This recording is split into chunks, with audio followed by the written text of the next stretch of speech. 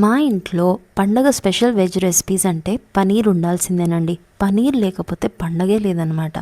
మరి పనీర్ కాకుండా మా వాళ్ళు ఎక్సైట్ అయ్యే రెసిపీ ఇంకొకటి ఉందండోయ్. అదే ఈ మసాలా బగారా వంకాయ. ఏ నాన్ వెజ్ రెసిపీ కూడా పనికి రాదు ఈ వంటకం ముందు. మరి రెసిపీలోకి వెళ్ళిపోదామా? హలో ఎవ్రీబడి, నేను Sujani. Welcome to my channel salt and Sujani, my daily cooking blog. ఒక పావు కిలో వంకాయలు తీసుకున్నానండి, చిన్న వంకాయలు. ఇవి మంచిగా స్లిట్ పెట్టుకున్నాను నేను. ఆ స్లిట్ పెట్టుకున్నప్పుడే పురుగు కూడా మీరు చెక్ చేసుకోండి.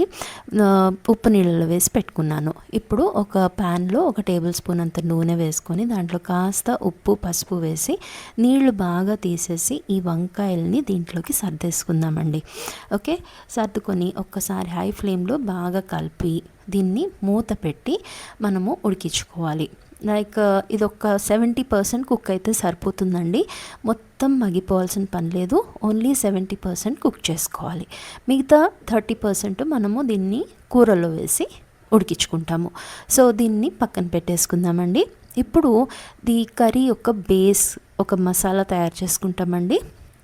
ఆ మసాలా కోసము మనము ఇక్కడ 1 టీ స్పూను పల్లి నూనె తీసుకుందాము. దాంట్లో కాస్త లవంగాలు, ఇలాయచీ, చెక్క, ఇంకా ఒక 3 టీ స్పూన్లంతా ధనియాలు, 1 టీ స్పూను జీలకర్ర, పావు టీ స్పూన్ మెంతులు వేసి ఇవి మంచిగా లో ఫ్లేమ్లో చక్కగా దోరగా వేయించుకోవాలండి.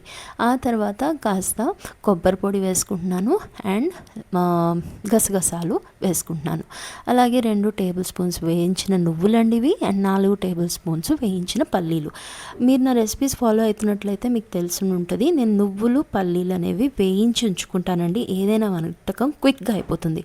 మీ దగ్గర లేనట్టయితే మీరు ఇవి ముందే వేయండి. పల్లీలు స్టార్టింగ్లో వేయండి అండ్ నువ్వులు ఎండింగ్లో వేయండి. నువ్వులు తొందరగా వేగిపోతాయి. అన్నీ మంచిగా దూరగా వేయించుకొని గ్రైండర్ జార్లోకి షిఫ్ట్ చేసుకొని దీన్ని ఫైన్ పౌడర్ లాగా గ్రైండ్ చేసుకోవాలండి.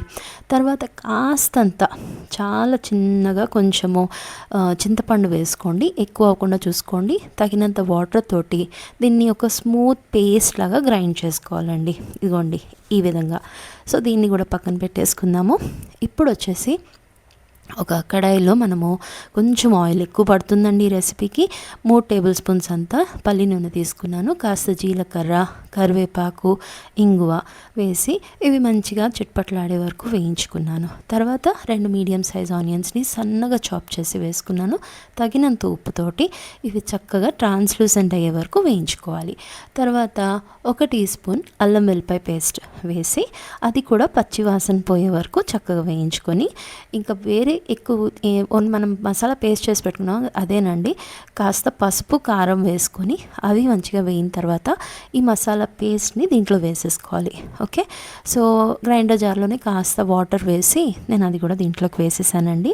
ఒకసారి మంచిగా కలుపుకొని ఇదే టైంలో సాల్ట్ చెక్ చేసుకోండి. ఒక 3 పచ్చిమిరపకాయలని కూడా నేను కట్ చేసి వేసుకున్నాను. అంతేనండి. ఇది మూత పెట్టి మంచిగా లో ఫ్లేమ్లో నూనె పైకి తేలే వరకు మనం ఉడికించుకోవాలి. ఆల్రెడీ మసాలా పేస్ట్లో ఉన్నవన్నీ కూడా ఇంగ్రీడియంట్స్ మనం వేయించుకున్నాయి కదా, తొందరగానే అయిపోతుంది. ఇప్పుడు వేడి నీళ్ళు వేసుకోవాలండి. నాకు 1 కప్పు వేడి నీళ్ళు పట్టాయి. సో కన్సిస్టెన్సీని బట్టి మీరు వాటర్ క్వాంటిటీ అడ్జస్ట్ చేసుకోండి.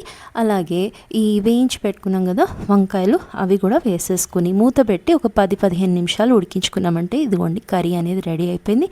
ఈ వంకాయలు కూడా మనకి కంప్లీట్గా ఉడికిపోతాయి అన్నమాట. ఇందా 70% ఉడికించుకున్నాం కదా, మిగిలిన 30% కూడా ఉడికిపోతుంది. అంతేనండి, చాలా టేస్టీగా ఉంటుంది. డెఫినెట్గా ఒక్కసారి ఇలా ట్రై చేసి చూడండి. బగారన్నంతో అయితే సూపర్ క్లాసిక్ కాంబినేషన్ అండి.